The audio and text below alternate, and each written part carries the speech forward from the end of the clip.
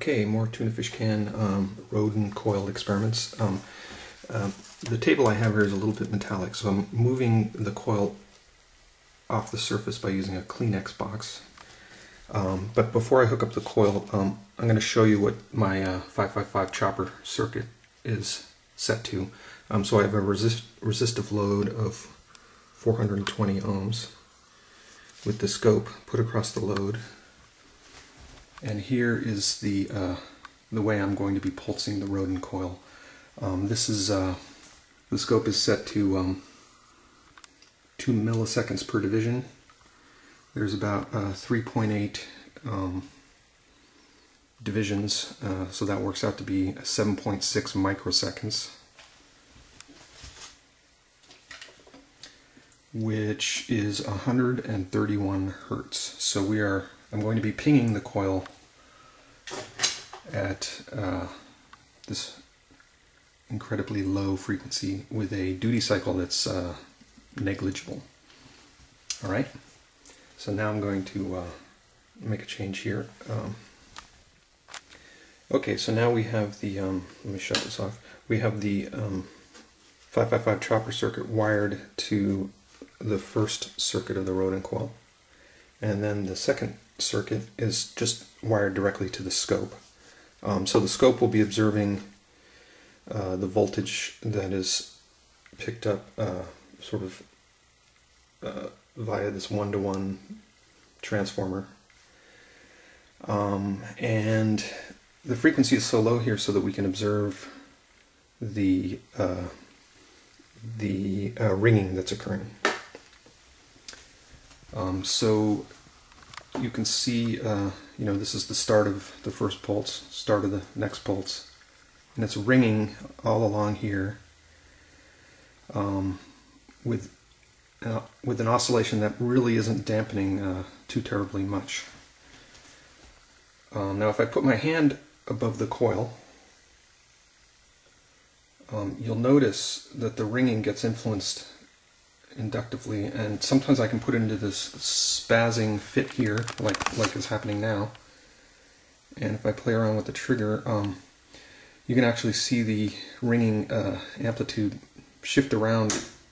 Now it was like ringing alternately, like that.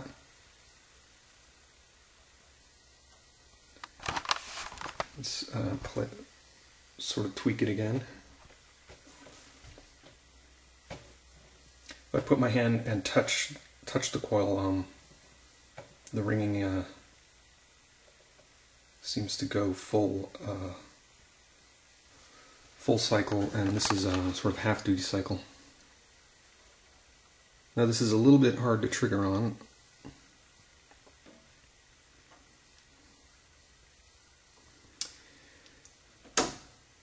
There we go. So now we have sort of a ringing that's half duty cycle. Now this is so when we sort of alter the seconds per division, we can see this full duty cycle, half duty cycle of phenomenon where the half duty cycle is sort of only ringing this long, and it's fluctuating based on sort of the inductive fields that are happening here.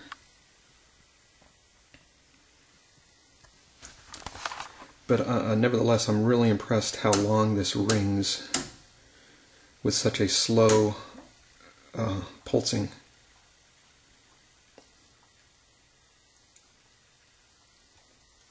Now I can, with this pot, I can bring up the frequency a little bit.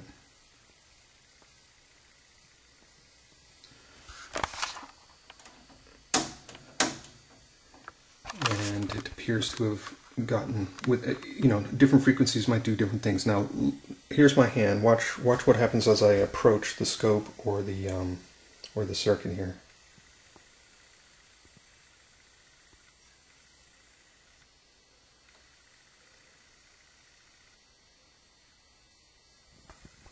I gotta go back a little bit.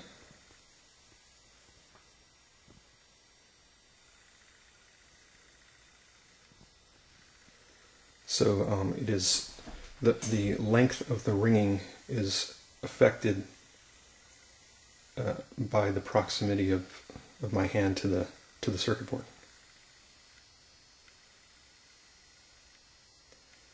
That is pretty wild.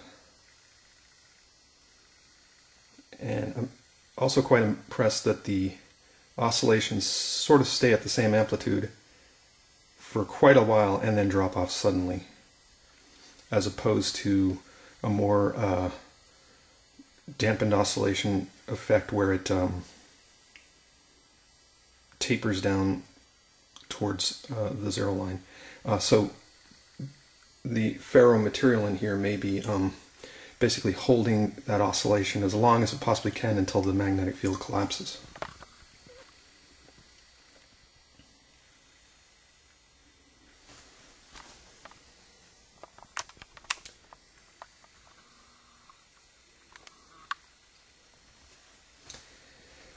Now the amount of power that's required to pulse at this low frequency with such a narrow duty cycle is not very much power. So this pinging of the coil at a low frequency with a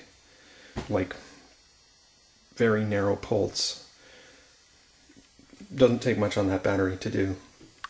But yet we see a ring here that possibly could be tapped off of the secondary to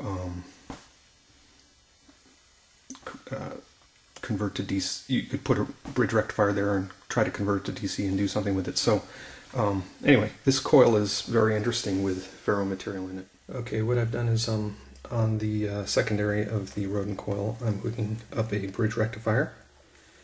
The DC side will come over to a 500 microfarad capacitor, and across that capacitor I'm just putting this green LED to kind of show you how much power is here at various frequencies. So I'm going to switch this on. We see the LED is kind of glowing here, but not very brightly. As I increase the frequency, so I'm turning it up higher and higher here,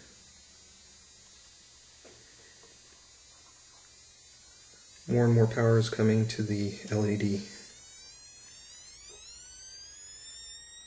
You can hear the wires humming here.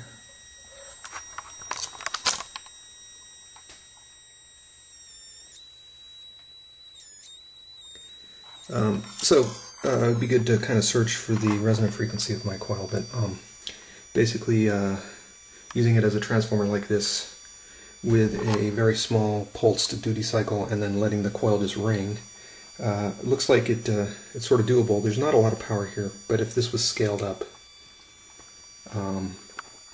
to a larger size, things could get interesting.